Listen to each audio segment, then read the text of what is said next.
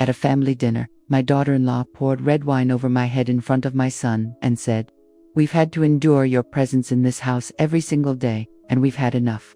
But when she saw 3 black SUVs parked in front of the house, she broke out in a cold sweat. "I'm glad you're here. Stay until the end and tell me what city you're watching my story from. I want to know how far it has reached." I woke up at 4:30 in the morning, as if I had an old clock ticking inside my body that always marks the exact time. At this age, sleep is a fragile thing.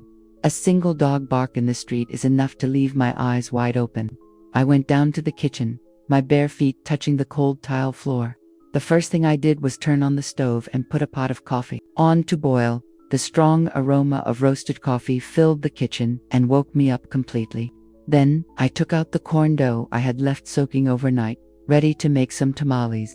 I've made this dish my whole life, ever since I lived back in the country with my mother, and I still make it for Michael, though he never says if he likes it. As I was washing some vegetables in the sink, I heard shuffling footsteps. Stephanie entered in tight-fitting workout clothes, headphones on, her face colder than stone. She didn't even look at me. She went straight to the refrigerator, yanked it open, took out a bottle of bright green detox water, and slammed the door shut. The jam jars on the shelf trembled, and I had to steady them so they wouldn't fall. I glanced at her out of the corner of my eye, wanting to say something, but I pressed my lips together. I can't even remember when she stopped saying good morning to me.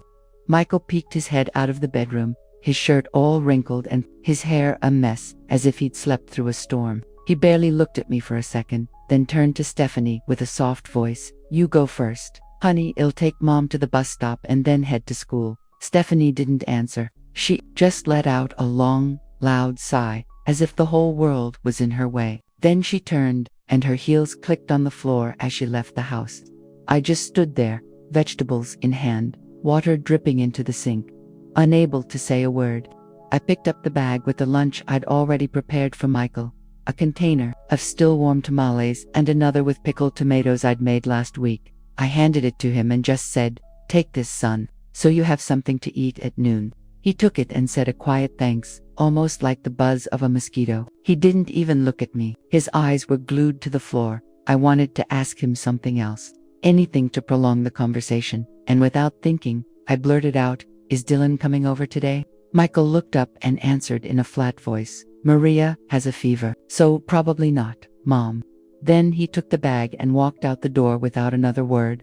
I was left alone in the kitchen, watching his shadow disappear behind the door. I spent that day at home alone.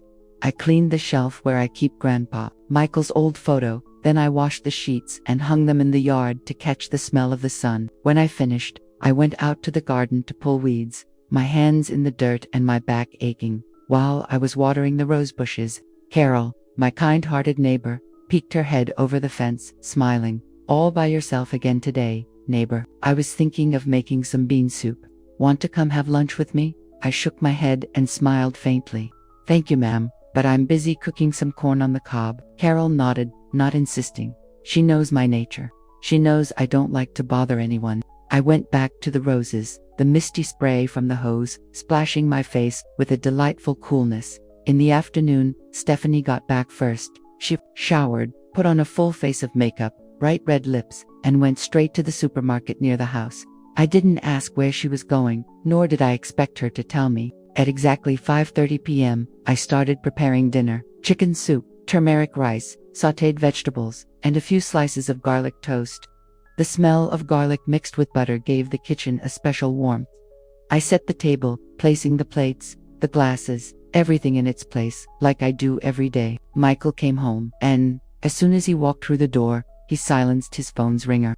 I saw Stephanie's name pop up on the screen, but he didn't answer, just shoved the phone in his pocket. I said nothing, just kept serving the food. At 7:10 p.m., they finally came down for dinner. Stephanie brought a bottle of red wine, uncorking it with a shiny, silver electric corkscrew. I pulled out their chairs, filled their glasses with water. Stephanie huffed, frowning, as if I'd done something wrong. I placed the bowl of chicken soup in front of her. She took her napkin, set it on the table, and stared at the bowl. Then, she spoke, her voice icy. "Chicken soup. This is the 3rd time this week, Mom." I didn't respond, just turned back to the kitchen, my hand gripping the edge of the sink. Michael lowered his head and ate in silence, as if there was no room left for words at that table. I didn't sit with them. I stood with my back to them, listening to the sound of spoons clinking against bowls. The kitchen still smelled of chicken, soup, but no one said it was good. I served the turmeric rice and chicken on the table. The aroma from the oven still lingered in the air. With the water pitcher in hand, I filled my own glass and walked toward Michael to pour him more. Stephanie was sitting there, one hand on her spoon, the other on her phone, her eyes glued to the screen. Michael looked up and asked her quietly, "How was work today, honey?" She didn't answer, just kept swiping her finger across the screen. The silence became uncomfortable. I was about to pour Michael more water when I heard the sharp sound of a spoon hitting a wine glass. Stephanie looked up, stared at me, and said coldly, "Mom, could you please not stand so close to the table? We're eating, and it's awkward." I froze, the pitcher still suspended in the air. Michael quickly swallowed his rice and muttered, "She's just pouring water. It's fine, honey." Stephanie shot him a sideways glance and lowered her voice, though just enough for me to hear clearly. "I've told you so many times, she doesn't need to be standing there like she's our maid." I said nothing. I turned, ready to go back to the kitchen. I had barely taken a step when Stephanie stood up abruptly. With a glass of red wine in her hand, she walked quickly behind me and stopped right beside me.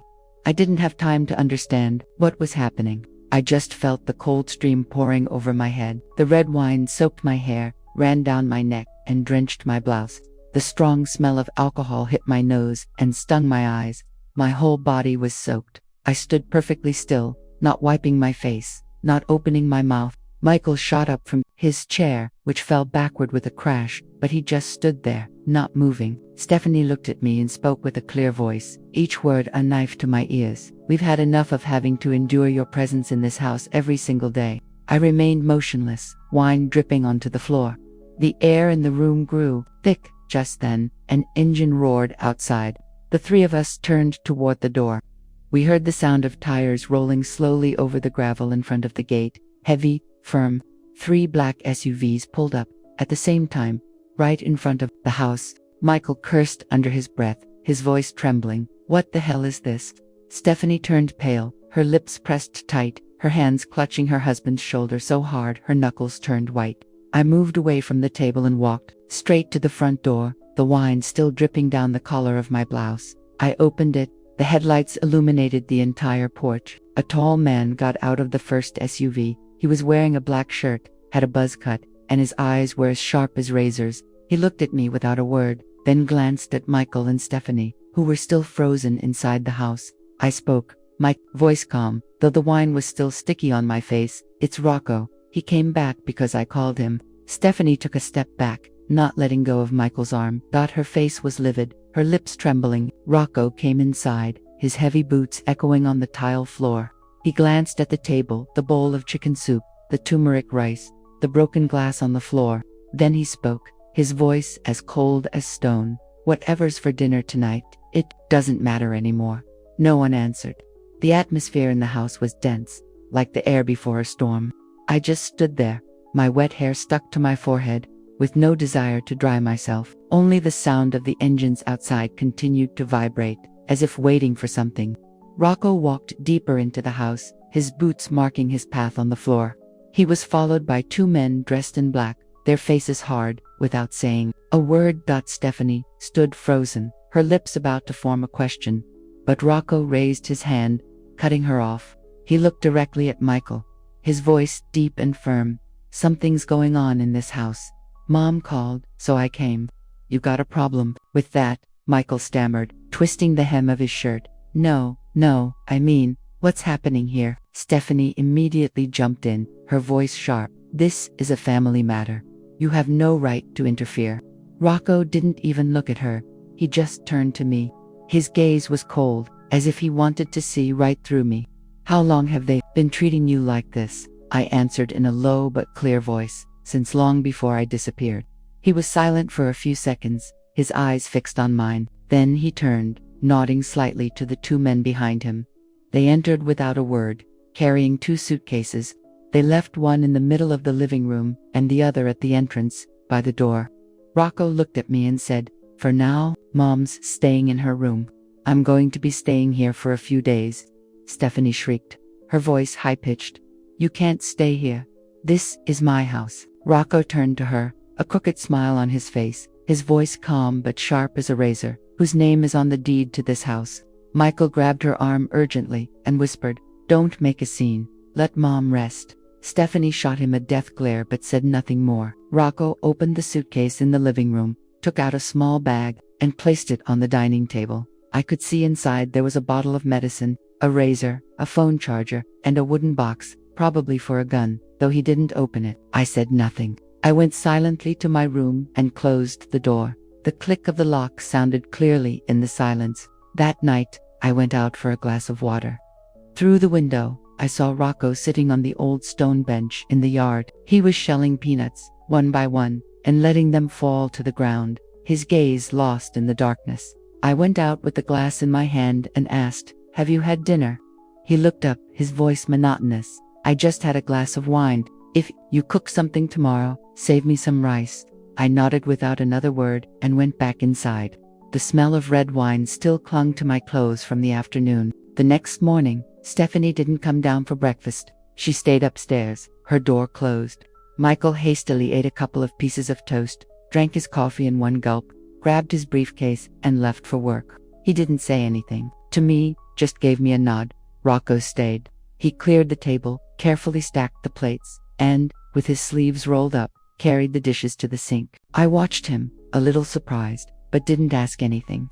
Around noon, Carol knocked on the door. She was holding a freshly laundered men's jacket, which she handed to me with a soft smile. The young man forgot this the last time he was at my house. Remind him, will you? I took the jacket and asked quietly, Did you say anything to him? Carol shook her head, her eyes shining. I told him one thing, your mother needs you. She turned and left me there, the jacket still in my hands. I folded it carefully and left it on a chair in the living room. In the afternoon, Rocco went out to the backyard. Without a word, he picked up some old bricks and arranged them into a step, creating a new path to a corner of the garden. No one asked him to, but there he was, focused, his hands covered in dirt. I watched him from the kitchen door, the dish, towels still in my hand. That night, I set the table and served a bowl of bean soup with bread. Rocco came in, with dirt stains on his shirt. He looked at the table and murmured, This house, have you had it for a long time, Mom? I nodded, placing a plate in front of him. Since before you were born. He said nothing more. He sat down, picked up his spoon. The sound of the metal hitting the plate was clear in the silence of the room. I just stood there, watching him eat, not knowing what to say. The next morning, I woke up early as always, when it was still misty and you could hear the distant crowing of roosters. I turned on the stove and made a pot of coffee. The aroma filled the small kitchen. Through the window, I saw Rocco already in the yard, wiping down the black SUV with a damp cloth, his movements slow, as if it was something he'd been doing for years. Michael had left early, without saying a word to either me or Rocco. Door slammed shut behind him, the sound breaking the silence and startling me. Stephanie came down late, dressed more carefully than usual. She wore a tight red dress with a Gucci logo, her lips painted a deep red, and a strong perfume invaded the kitchen as she passed.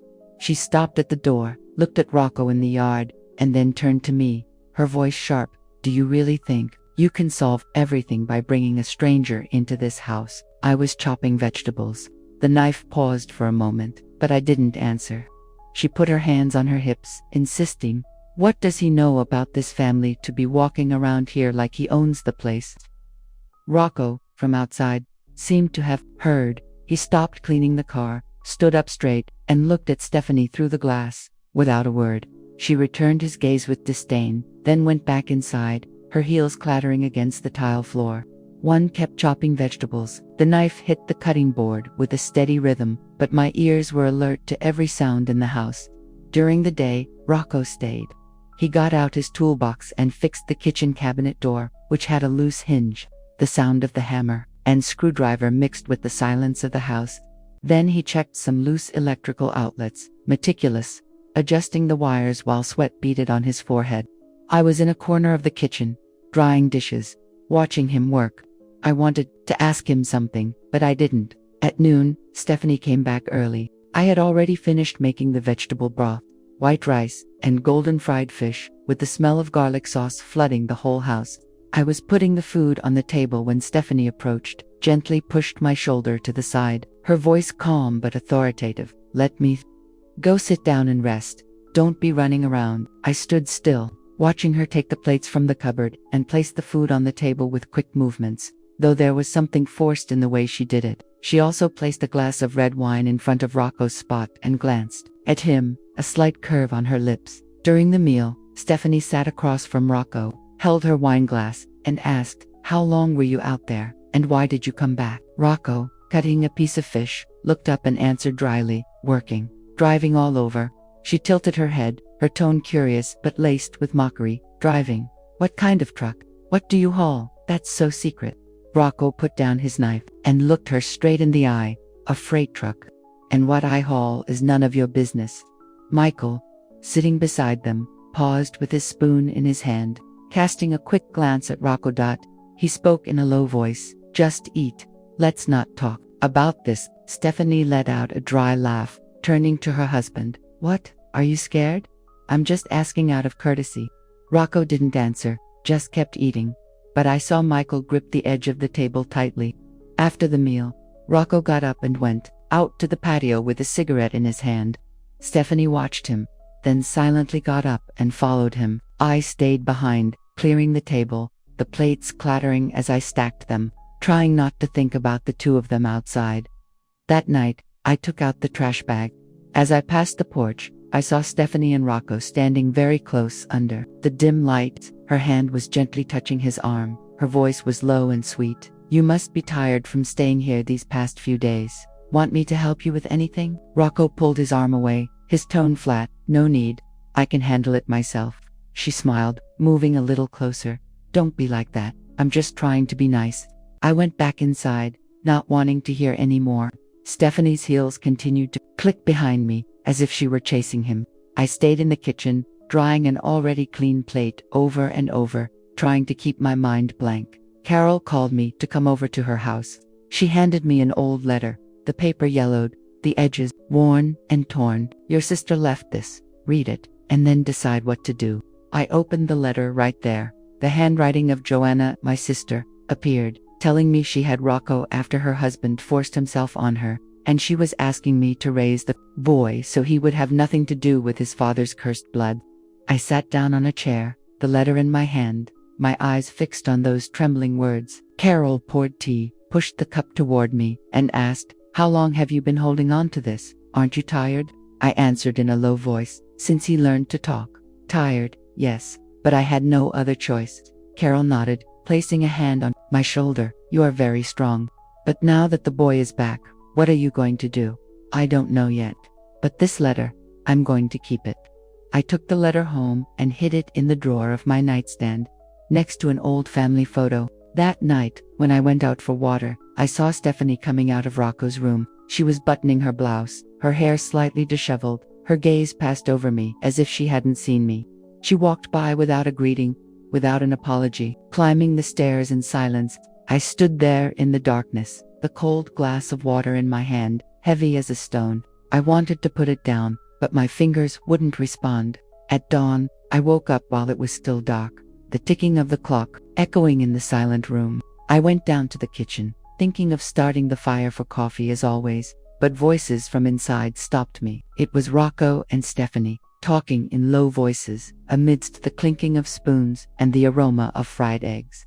I peeked through the doorway. Stephanie was at the stove, frying eggs with cilantro, the smoke mixing with the smell of coffee. She held a cup in her hand, smiling faintly, glancing at Rocco. He was leaning against the sink, shirtless, with a bandage on his left arm, probably a scratch from yesterday when he was fixing the door. Stephanie took the pan off the heat, turned to Rocco with a sweet voice. "I told you, you shouldn't be doing that heavy stuff by yourself. There are people in this house to take care of it. You just have to let them." Rocco shrugged, an unlit cigarette in his hand, and replied dryly, "I'm used to it. I just do it. It's faster than waiting." She smiled, moved closer, and offered him the cup. "Try this. I made it. It's not sweet like your mom's. It's stronger, just how you like it, right?" Rocco took the cup, took a sip, then nodded slightly. "It's okay. but my mother's is still better. Stephanie frowned, though she kept her smile, her voice a bit forced. Oh, really? Then next time, I'll have to learn from her.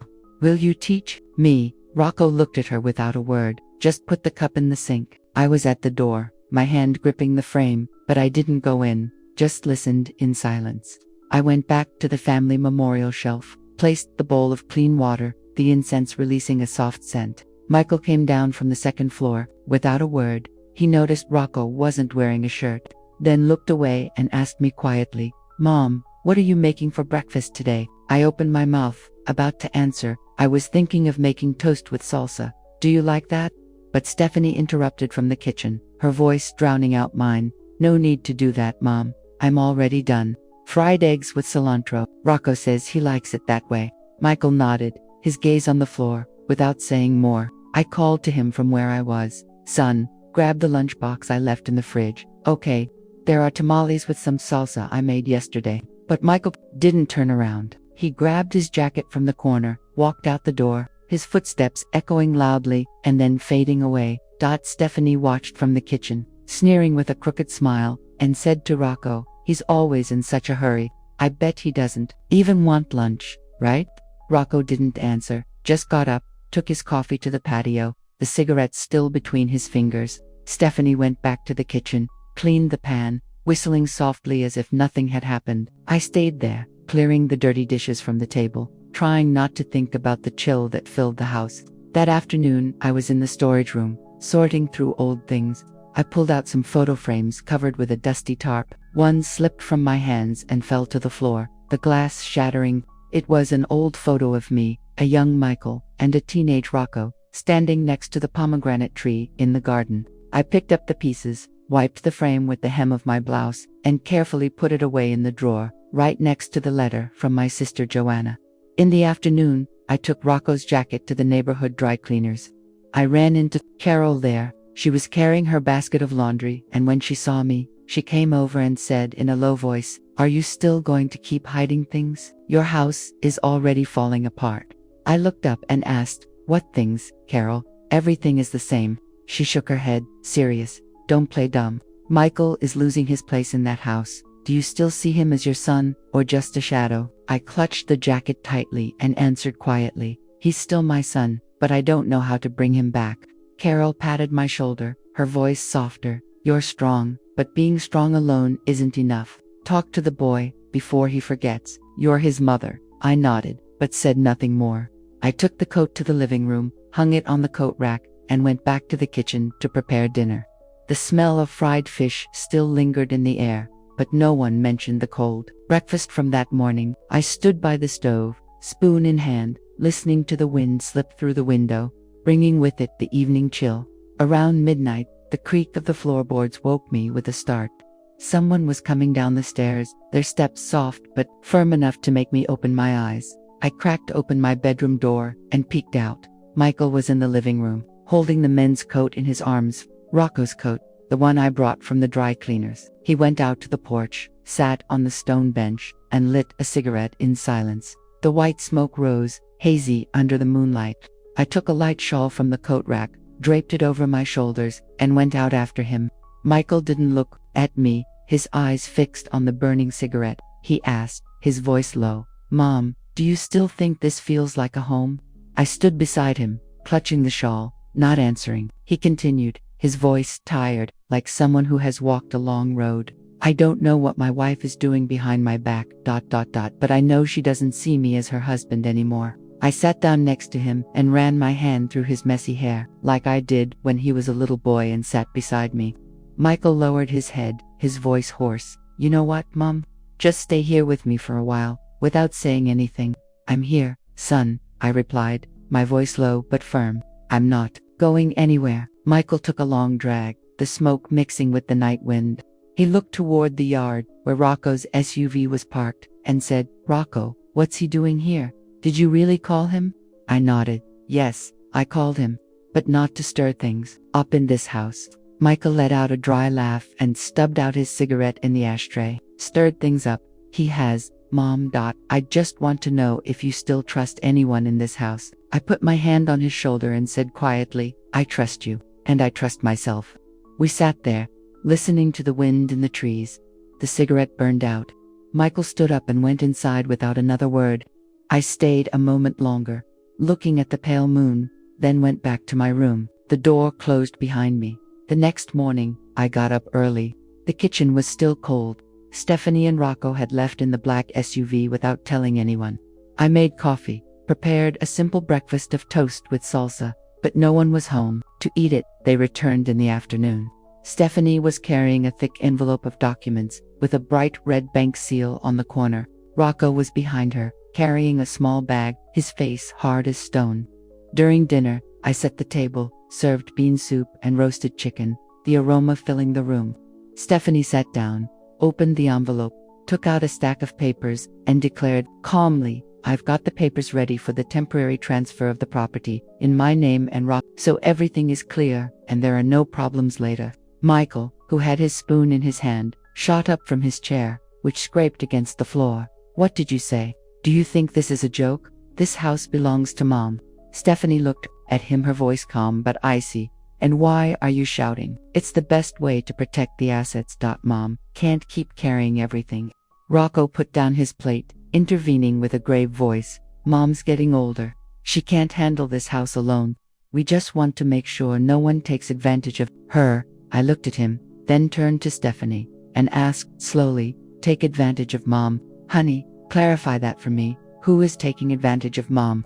Stephanie placed her hand on the papers, looking directly at me. "Mom clings to this house. She lives like she's in another time. She messes everything up. You're the one dragging this family down." Michael slammed his hand on the table, his voice trembling. "Don't you talk to Mom like that. Who do you think you are to decide about this house?" Stephanie let out a dry laugh, turning to her husband. "And what do you do? You're gone all day, at work, and when you get home, you don't say a word. Do you have any idea how much this house is worth?" Rocco interrupted her with a cold voice. "That's enough. These papers are just temporary. If Mom agrees, we sign, and it's over." I stood up without another word and went back to my room. An hour later, the doorbell rang. It was the notary, sent by Stephanie, a man in a suit, with another stack of papers in his hand, put them in front of me, and asked, "Do you agree to sign here? This is the temporary transfer of the property." I looked at the papers, then at Michael. My boy was standing there, his fists clenched, his eyes red, as if he wanted to say something but couldn't. Stephanie was behind him, arms crossed, saying impatiently, "Sign it, Mom, so we can finish this and everyone can get on with their lives." Rocco was sitting at the corner of the table, his gaze fixed on the floor, not saying a word. I took the pen and signed the paper. The sound of the stroke tore through the silence. The notary collected the documents and nodded. "It's done. We'll take care of the rest." He left the room, leaving the heavy air behind. Michael was still there, his fists clenched as if he wanted to break the wall. Rocco got up and went out to the patio without looking at me. I went back to my room, closed the door, and the click of the lock sounded dry, like a stone dropping on my chest. The next morning, I woke up with my bare feet on the cold wooden floor. I opened my bedroom door to go to the kitchen, but I stopped short. My clothes were outside, neatly folded in piles, on an old shelf inside the utility room. Taped to my bedroom door was a note written in Stephanie's firm handwriting, "Temporary room change for cohabitation." I stood there, my hand gripping the doorframe, and began to pack in silence. I carefully took the old photo, the family one, with me, a young Michael and Rocco, and the letter from my sister Joanna, safely tucked away in a small cloth bag. When I went down to the living room, Michael was already waiting for me, his old backpack in hand, his eyes swollen as if he hadn't slept all night. He looked at me, his voice firm. "Mom, let's go. This house isn't for you anymore." "Are you serious, Michael?" I asked, clutching the small bag. "Yes, I'm not going to let you keep putting up with this," he replied firmly, taking my things. I nodded without another word and followed him, carrying my purse. We walked to the street corner. The morning wind made me shiver. A bus stopped. We got on and headed to Claire's house. Her house was small, smelling of dampness mixed with new paint, but the wooden door was open when we arrived. Claire greeted us with a faint but warm smile. She quickly made tea, tidied the living room, and arranged some chairs for us to sit. "Come in, Mom. Sit for a bit. The tea is ready," Claire said, placing the tray on the table. the soft scent of chamomile floating in the air. "Thank you, Claire. You're so good to me," I replied, sitting down with the small bag still in my lap. Michael put his backpack on the floor and spoke in a low, restrained voice. "Mom, I'm sorry. I couldn't stop all this. I wasn't enough to make you stay." I shook my head and put my hand on his shoulder. "It's not your fault, Michael. I'm okay, as long as you're here. I don't need anything else." Claire looked at us and said, "Mom, Michael, get some rest. The house is small, but there's room for everyone. Don't you worry, Claire." "I'm used to small spaces," I said, taking a sip of the hot tea. That lunch was simple, just a pan of reheated rice with egg, a faint aroma of chives floating in the air. The three of us sat around a small wooden table, eating in silence, the only sound being the clink of spoons against plates. Claire looked at me and asked, "Mom, would you like anything else? I have some salsa in the fridge. I can get it if you want." "No need, dear. This rice is delicious, just like I used to make," I replied, bringing a spoonful to my mouth. Michael ate slowly, his gaze fixed on his plate. Then he looked up and said, "I didn't think things would get this ugly. Mom, do you think Rocco is on our side?" "I'm not sure, son," I replied, setting my spoon down on the table. "But I called Rocco to protect, not to make things worse." Claire nodded, her voice firm. "I don't trust that man, but Stephanie. She's the one behind all of this." Michael looked at Claire and asked, "What do you think she wants? The house, money, or both?" "Both, and something more," Claire answered, her eyes shining. "But I have a way to find out." In the afternoon, Claire went out and returned with a thin folder. She sat down and whispered, "I have a contact in auditing. Mom, would you be willing to unmask your daughter-in-law?" I nodded without hesitation. Of course, that girl needs to understand she can't just do whatever she wants in my house. Michael pulled a small USB drive from his pocket and pushed it toward Claire. I managed to copy some files from my wife's laptop. This dirty stuff, fake contracts, shady transfers. Claire took the USB, her eyes lit up. "Very good, Michael. This will help. I'll pose as an investor who needs to launder money. I'll approach Stephanie, see what she lets slip." "Are you sure you can do it?" Michael asked, a hint of worry in his voice. "She's not easily fooled." "Don't worry." Claire smiled, tapping the USB lightly against the table. "I know exactly how to talk to people like that." I looked at both of them and said, my voice calm, "I have something Stephanie doesn't know I've kept." I took the letter from my sister Joanna out of the cloth bag and handed it to Claire. She opened it, glanced at it quickly, then folded it and murmured, "This letter is powerful. But it's not time to play this card yet. If we need to make her lose control, we'll use it." "How do we use it, Claire?" I asked, lightly, gripping my purse. "By letting her dig her own grave," Claire replied, her voice cold. "I'm going to make her think she has everything under control, and then I'll turn the tables on her." Michael nodded, his tone firm. "I'm going to look for more evidence. Papers for the house, some transactions related to Rocco. I know where to look. Be careful, Michael," I said, looking him straight in the eye. "Don't let her find out what you're doing." "I know, Mom," he replied, the USB clutched in his hand. "I'm not going to let her get away with this." Claire slapped the table and let out a small laugh. "Good, we have a plan. Mother, take care of yourself. The next few days won't be easy." I nodded, looking at them both. "I'm ready. As long as you and he are here, I'm not afraid of anything." The three of us sat there, the afternoon light filtering through the window and drawing golden stripes on the wooden table. There was nothing left of the pan of cold rice, but the air inside this little house was warmer than in the big house I had just left. I took the letter, squeezed it for a moment in my hand, and put it back in my purse. This was just the beginning, but I knew we weren't going to let Stephanie win.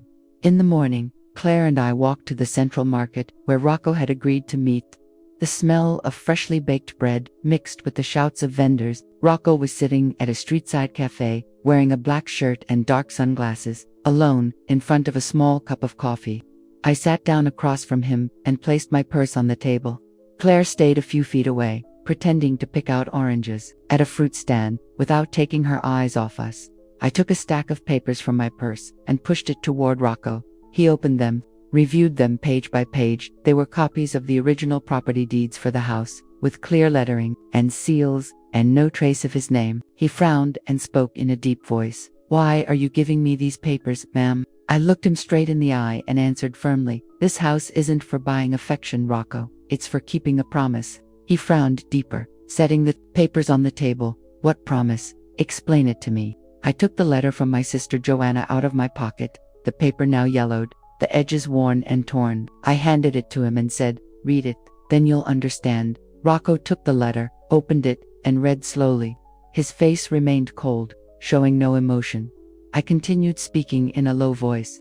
"You are the son of Joanna, your mother's sister. She didn't give birth to you, but she kept her promise to Joanna, to protect you from your father's blood." He looked up, took off his dark glasses, and stared at me, but said nothing. I waited, but he just folded the letter and put it in his shirt pocket. I asked him, "Don't you have anything to say to me?" Rocco shook his head, his voice deep. "Now I understand why you took care of me. But this doesn't change anything." I stood up and slung the cloth bag over my shoulder. "I don't need you to change anything. I just need you to know the truth." I turned and walked away, hearing the sound of a coffee cup being placed on the table behind me. Claire nodded slightly as I passed the fruit stand, then went back to pretending to choose oranges. That same afternoon, Claire met with Stephanie at a small Italian restaurant near the mall. I didn't go. I only know what Claire told me afterward. She pretended to be an important investor, in a formal dress, her hair up, and a confident voice. She sat across from Stephanie, placed a coffee cup on the table, and began, "Mrs. Stephanie, I was told you have experience handling large sums. I'm looking for a partner for a chain of luxury flower shops. What do you think?" Stephanie smiled and pushed a folder toward Claire. "I've already prepared it. My company has all the permits. The accounts are clean. How much are you planning to invest?" Claire opened the folder, feigning interest, and asked, "These permits look good, but where does your money come from? I need to be sure everything is transparent." Stephanie smiled calmly, taking a sip of wine. "Don't worry, Mrs. Claire. The money comes from real estate operations, all legal. I have someone I trust who supports me.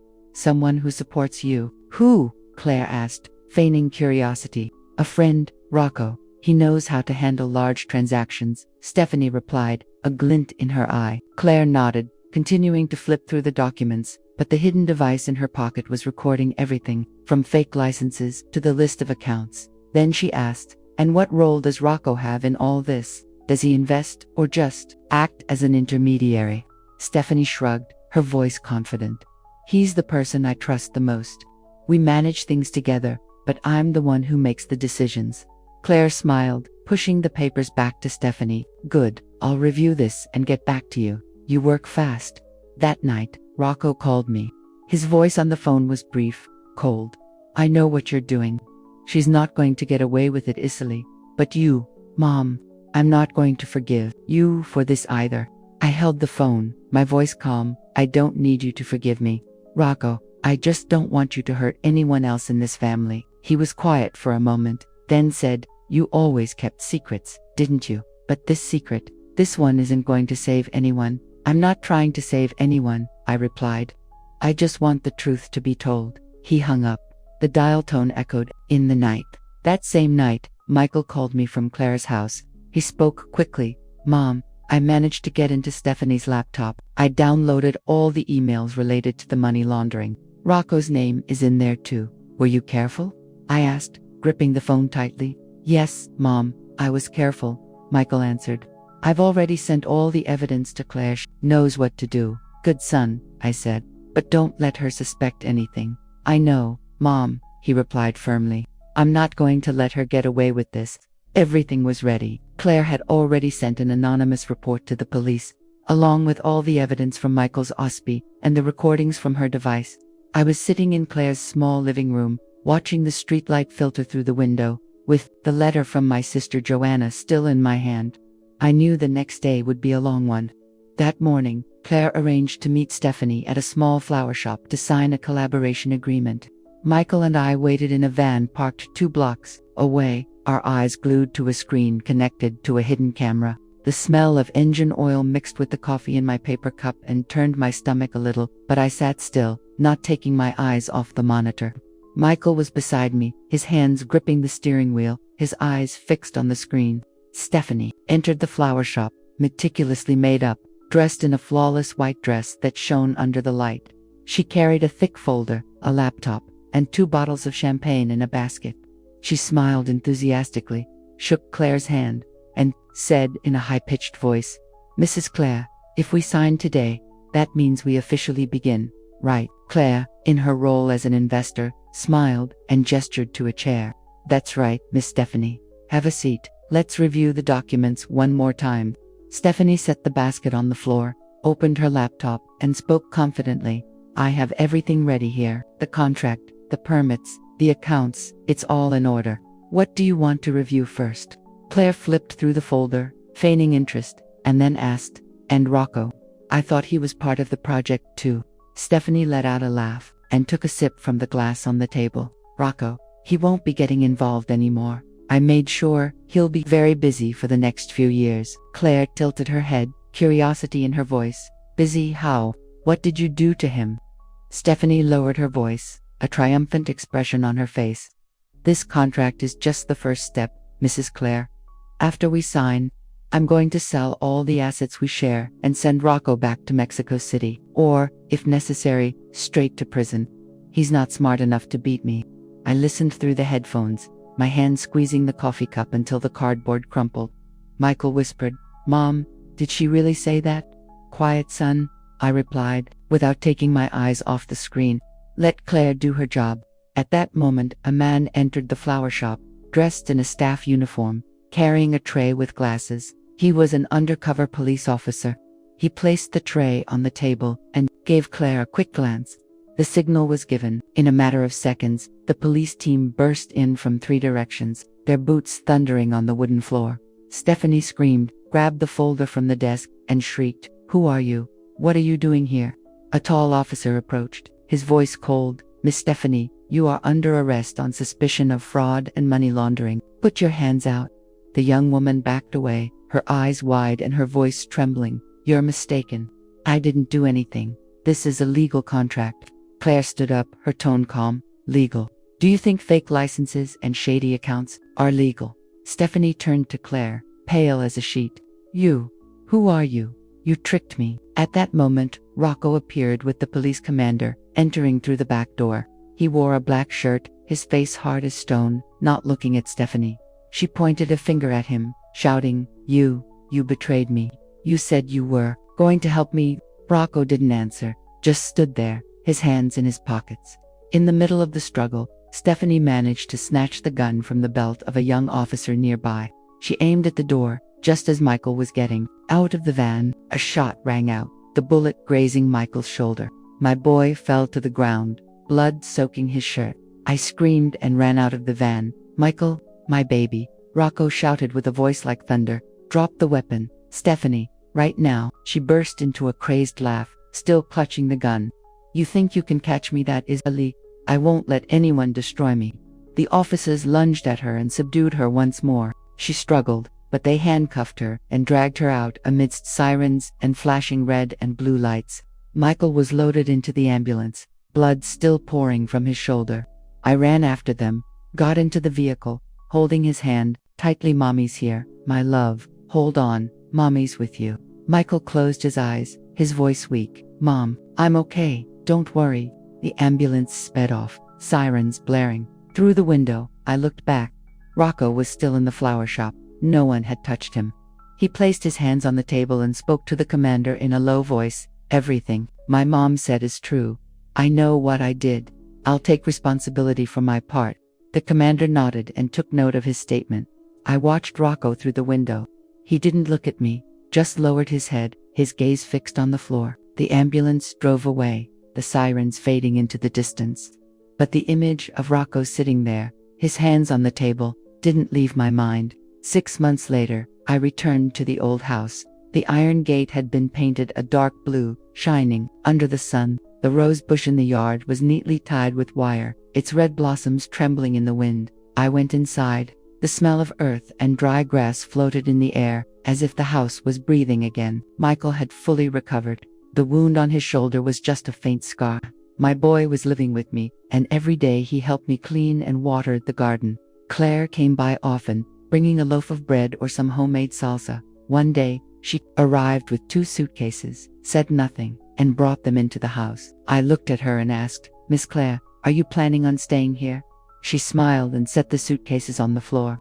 "Yes, Mother. This house needs people, and I need you and Michael." Michael came out of the kitchen, put an arm around her shoulders, and said, "Mom, she's right. This house could use more people, don't you think?" I nodded, smiling faintly. "Yes, more people, more joy. But Miss Claire, you have to eat my tamales, okay? No getting picky." She let out a laugh. "I could eat your tamales all day long." We started fixing up the house, reviving the abandoned garden in the back. I pulled weeds, Michael tilled the soil, and Claire tied up the climbing rose vines. The smell of damp earth and the song of birds brought the garden back to life. One morning, I received the first letter from Rocco. The handwriting was firm, familiar, written on a simple white sheet of paper. "Ma, I enrolled in a gardening course. When I planted the seeds, I understood that the earth doesn't hold a grudge for long." Inside the envelope was a photo. Rocco standing next to a tray of seedlings, pots of roses, butterfly peas, and other species I had planted before. He was wearing an old shirt, his hands covered in dirt, but his eyes were clearer than ever. I put the photo in a small frame on my late husband's old desk, next to the jar of incense. Stephanie's trial was a few weeks later. She was sentenced to 25 years in prison for fraud, money laundering, and attempted murder. Rocco received 12 years for complicity and transport of illicit goods. I didn't go to the trial, but Carol told me everything when she came to visit. She sat down, took a sip of tea, and said, "That girl doesn't regret a thing, Mother. But Rocco, that boy didn't say a single word during the whole trial." "He didn't say anything to you?" I asked, my cup in hand. "Nothing," Carol replied. "He just asked me one question. Is my mom okay?" I nodded, saying nothing more. Carol patted my shoulder. "You are strong, but now it's time for you to live for yourself, Mother." A short time later, Michael and Claire got married in the backyard of the house. We only invited a few close neighbors. Carol was in the front row, wearing a bright yellow dress, smiling with delight. I didn't wear black like people do on sad days. I chose a green blouse, as cheerful as the newly revived garden. When Michael and Claire exchanged rings, the chirping of birds in the rose pergola mixed with everyone's laughter. Carol pulled me to a corner of the yard and whispered, "Mother, did you see? Michael is laughing like he did when he was a boy." "Yes, I saw," I replied, looking at my boy holding Claire's hand. "He's happy, and so am I." Claire turned and pulled me toward her. "Mom, you have to dance one with us." "No fair, just standing there." I shook my head, smiling. "I'm too old, how can I dance? But seeing you two like this is enough for me." Everyone laughed, raising their glasses for a toast. I stood there, watching them, but I didn't join in the laughter. My heart calm, no longer felt tight like before. That afternoon, I sat alone in the garden, pruning the first roses of the season. The young branches were soft, but the thorns were still sharp. I accidentally cut myself. A drop of blood fell to the ground. I took a handkerchief, carefully cleaned the wound, and continued pruning, more attentively. I planted 2 new rose bushes, one a deep red, the other pure white. At the base of each, I placed a small plaque, "Michael and Rocco." Carol passed by, saw me, and stopped to ask, "Mother, are you planting roses for the boys?" "Yes," I replied, shaking the dirt from my hands. "So they remember, wherever they are, that they have a place here." Carol nodded, smiling sweetly. "You truly are a good mother. This earth will support them, just as you supported them." I looked at the 2 rose bushes, thinking, a plant doesn't ask for permission to bloom again. It just needs calm soil and a clear sky. I stood up, took my pruning shears, and went back to the house. The scent of roses drifted past me, soft, like the greeting of a new day. 2 years have passed since Michael and Claire's wedding. The old house now looks brighter, thanks to the afternoons the 3 of us spent cleaning, painting the walls, and tending to the garden.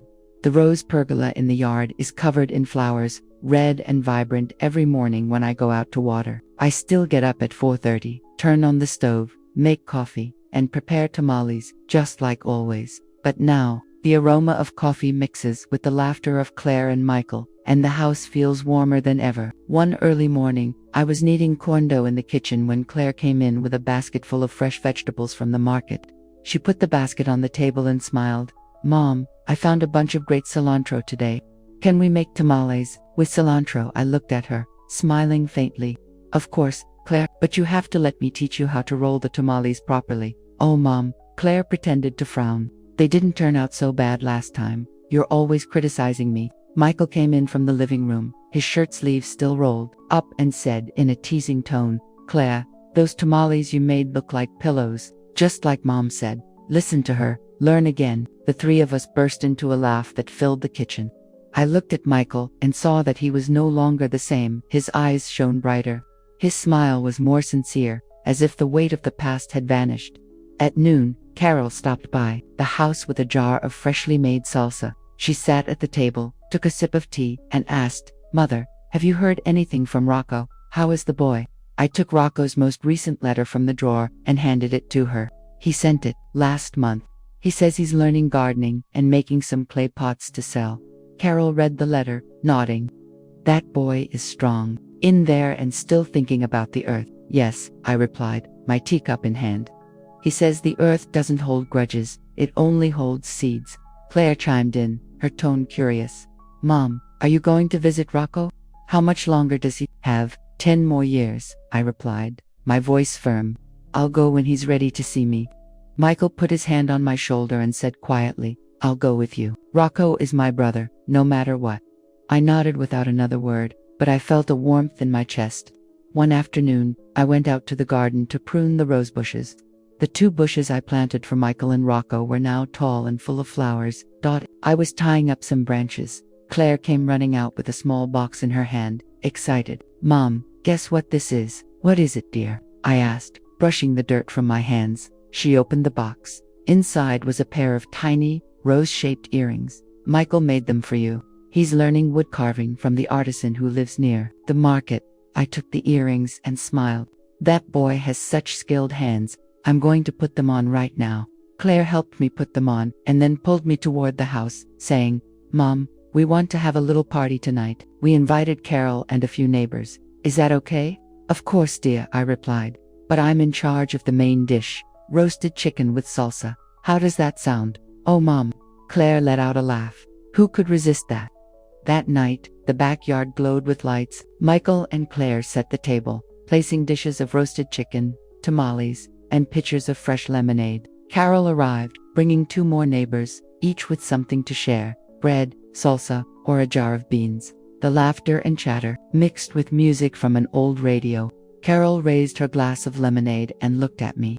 Mother, you brought this house back to life. Just look at this. It's like a party. Thanks to Claire and Michael, I replied, taking a sip. Michael stood up, took Claire's hand, and said solemnly, Everyone, we want to tell you something. Claire is pregnant. Mom, you're going to be a grandmother. The entire yard erupted in applause. Carol ran to hug Claire. Oh, my dear, that grandchild is going to be as beautiful as their mother, right? Claire smiled, blushing. Carol, there's still a long way to go, but we want Mom to choose the baby's name.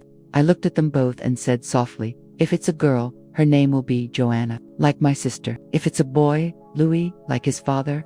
Michael nodded and took my hand. Thank you, Mom. I know you've always taken care of this family. That night, after everyone had left, I went out to the garden and sat by the 2 rose bushes. I took out a handkerchief and carefully wiped the plaques from Michael and Rocco. Then I looked up at the sky.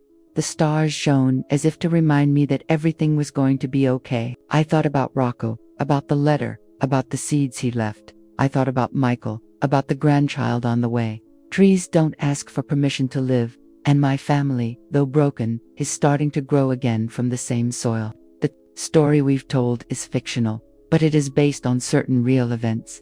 The names and places have been changed to protect the identities of those involved. We don't tell this to judge, but in the hope that someone will listen and stop to think how many mothers are suffering in silence inside their own homes. I'm truly curious. If you were in my place, what would you do? Would you choose to stay silent to keep the peace, or would you dare to face it all to reclaim your voice? I want to know what you think, because every story is a candle that can light the way for someone else. God always blesses, and I firmly believe that courage leads us to better days. Meanwhile, on the end screen, I'm leaving you with 2 of the channel's most beloved stories. I assure you, They will surprise you. Thank you for staying until the end.